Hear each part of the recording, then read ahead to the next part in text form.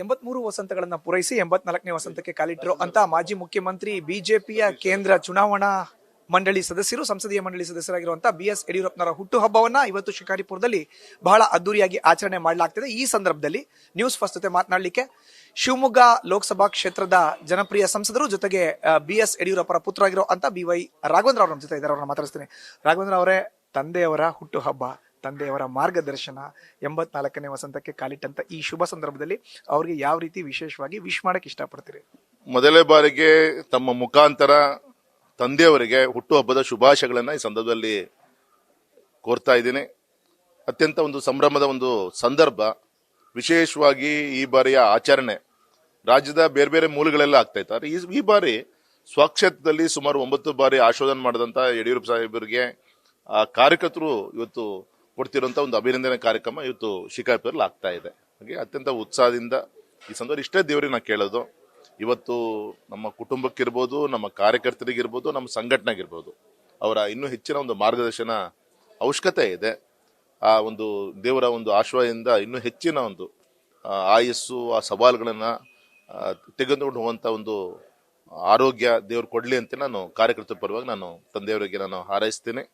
ಮತ್ತೆ ಒಂದು ಕುಟುಂಬ, ಇಡೀ ನಮ್ಮ ತಾಲೂಕಿನ ಪ್ರತಿ ಕುಟುಂಬದವರು ಕೂಡ ಇವತ್ತು ಸ್ವತಃ ಅವ್ರ ಮನೇಲೇ ಎಲ್ಲೋ ಒಂದು ಮದುವೆ ಕಾರ್ಯ ಆಗ್ತಿದೆ ಅನ್ನೋ ರೀತಿಯಲ್ಲಿ ಮನೆಗಳಿಗೆ ಹೋಗಿ ಕರೆಯುವಂತ ಕೆಲಸ ಮಾಡಿದ್ದಾರೆ.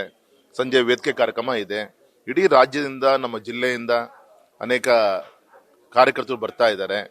ಕಾರಣ ಏನು ಅಂದ್ರೆ, ನನಗನ್ಸೋದು ತಂದೆಯವರು ಮುಖ್ಯಮಂತ್ರಿಗಳಿದ್ದಾಗ, ಉಪಮುಖ್ಯಮಂತ್ರಿಗಳಿದ್ದಾಗ, ವಿರೋಧ ಪಕ್ಷದಲ್ಲಿದ್ದಾಗ ಏನೇನು ಹೋರಾಟಗಳನ್ನು ಮಾಡಿದ್ರು ಅದನ್ನು ಇಂಪ್ಲಿಮೆಂಟ್ ಮಾಡುವಂತ ಪ್ರಯತ್ನ, ಅವ್ರು ಕೊಡುವಂತ ಯೋಜನೆಗಳು, ಅದು ಭಾಗ್ಯಲಕ್ಷ್ಮಿ ಇರ್ಬೋದು, ಸೈಕಲ್ ಇರ್ಬೋದು, ಅನೇಕ ಸಮಾಜಗಳ ಜಯಂತಿ ಕಾರ್ಯಕ್ರಮಗಳಿರ್ಬೋದು, ಅಭಿವೃದ್ಧಿಯ ಕಾರ್ಯಕ್ರಮಕ್ಕೆ ಆದ್ಯತೆ ಕೊಟ್ಟಿದ್ದು, ಇದೆಲ್ಲದೂ ಕೂಡ ನೆನೆಸ್ಕೊಂಡು ಮೆಲ್ಕು ಹಾಕೊಂಡು ಇವತ್ತು ಕಾರ್ಯಕರ್ತರು ದೊಡ್ಡ ಸಂಖ್ಯೆಯಲ್ಲಿ ಇವತ್ತು ಆಗಮಿಸ್ತಾ ಇದ್ದಾರೆ. ನನಗೊಂದು ಕುತೂಹಲ ಇದೆ ಸರ್, ತಾವರ ಪುತ್ರರು ಅಪ್ಪನ ಹುಟ್ಟದಬ್ಬ ಏನ್ ಗಿಫ್ಟ್ ರಾಘವೇಂದ್ರ ಅವ್ರ ಕಡೆಯಿಂದ ಯಡಿಯೂರಪ್ಪನವ್ರಿಗೆ? ಅವರ ಜೀವನ ಪೂರ್ತಿ ಓಡಿದ್ದಾರೆ. ಆ ಒಂದು ಅವ್ರ ಮುಖದಲ್ಲಿ ಕಾಣ್ತಿರೋಂಥ ಒಂದು ಸಂತೃಪ್ತಿ, ಒಂದು ಸಮಾಧಾನ, ಆ ಸಂತೋಷ ನಾವೇನ್ ನೋಡ್ತಾ ಇದ್ವಿ, ಅವ್ರ ಭಾವನೆಗಳನ್ನ ನಾವೇನ್ ನೋಡ್ತಾ ಇದ್ವಿ, ಅದಕ್ಕೆ ಒಂದು ಚೂರು ಕೂಡ ಕಿಂಚಿತ್ತು ಕೂಡ ಕೊರತೆ ಆಗದ ರೀತಿಯಲ್ಲಿ ಅವರ ಒಂದು ಚಿಂತನೆಗಳಿಗೆ ಕೈ ಜೋಡಿಸುವಂತ ಒಂದು ಪ್ರಯತ್ನ ನಾವು ವಿಜಯಣ್ಣ ಮಾಡ್ತಾ ಇದ್ದೀವಿ. ಅದೇ ನಮ್ದು ಒಂದು ಅವ್ರಿಗೆ ಕೊಡುವಂತ ಒಂದು ಸಣ್ಣ ಒಂದು ಮಕ್ಕಳು ಕೊಡುವಂತ ಒಂದು ತೃಪ್ತಿಯ ಒಂದು ಬಹುಮಾನ, ಗಿಫ್ಟ್ ಅಂತ ನಾನು ಹೇಳ್ತೀನಿ. ನನ್ನ ಕಡೆಯ ಪ್ರಶ್ನೆ ಸರ್, ಒಂದು ಕಡೆ 84ನೇ ವರ್ಷ, ಮತ್ತೊಂದು ಕಡೆ ಸಾರ್ಥಕ ರಾಜ್ಯ ರಾಜಕಾರಣ 50 ವರ್ಷ ಪೂರೈಕೆ.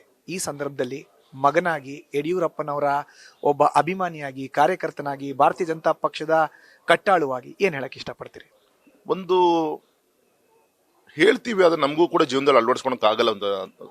ಯಾಕಂದ್ರೆ ಅನೇಕ ಸವಾಲುಗಳ ಸಂದರ್ಭದಲ್ಲಿ ಅವ್ರು ಎದುರಿಸಂತ ರೀತಿ, ಆ ಒಂದು ಕಠೋರ ಮನಸ್ಸಿನಿಂದ ಅನೇಕ ಸವಾಲುಗಳನ್ನ ಯಾವ ರೀತಿ ಅವರು ಎದುರಿಸ್ಕೊಂಡು ಹೋಗುವಂತ ಒಂದು ಪ್ರಯತ್ನವನ್ನು ಮಾಡಿದ್ರು, ಯಾವತ್ತೂ ಕೂಡ ಎದೆಗುಂದ್ಲಿಲ್ಲ. ಅವರೇನು